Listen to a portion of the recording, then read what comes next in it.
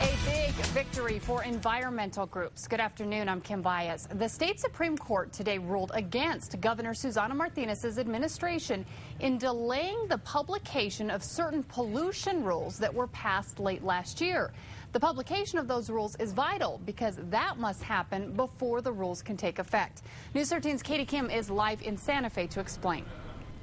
Kim, environmental groups say the message of today's ruling is simple, that the governor isn't above the law. Late last year, the State Environmental Board, appointed by former Governor Bill Richardson, passed a number of regulations that included rules to curb greenhouse gas emissions and to control dairy discharge into groundwater. But days after taking office, Governor Martinez ordered to delay publication of those rules for 90 days so new rules could be reviewed. Several groups challenged the administration's decision, and today the Supreme Court sided with the environmentalists, saying the governor had no authority to stop publication. We think it bodes ill for the governor's promise to run an open government. They withheld important papers from us until the last minute.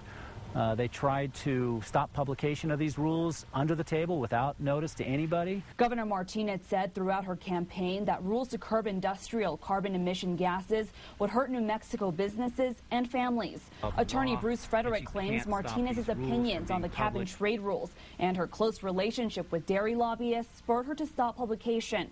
The governor denies such claims. We never had an intent to keep those regulations from being published. An incoming administration, we wanted to see what was there. We wanted to review what was being said and what was being prepared for publication, and we're going to continue to do that.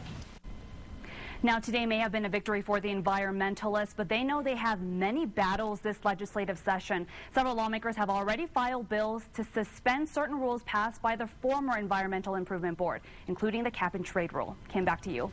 Okay, thanks, Katie. Now, the governor fired all 7 members of Bill Richardson's appointed Environment Board days after she took office.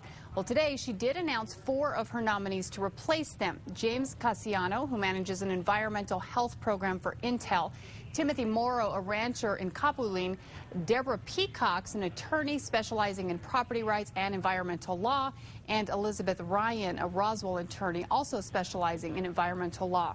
Martinez says she will announce her other 3 nominees within the next 24 hours.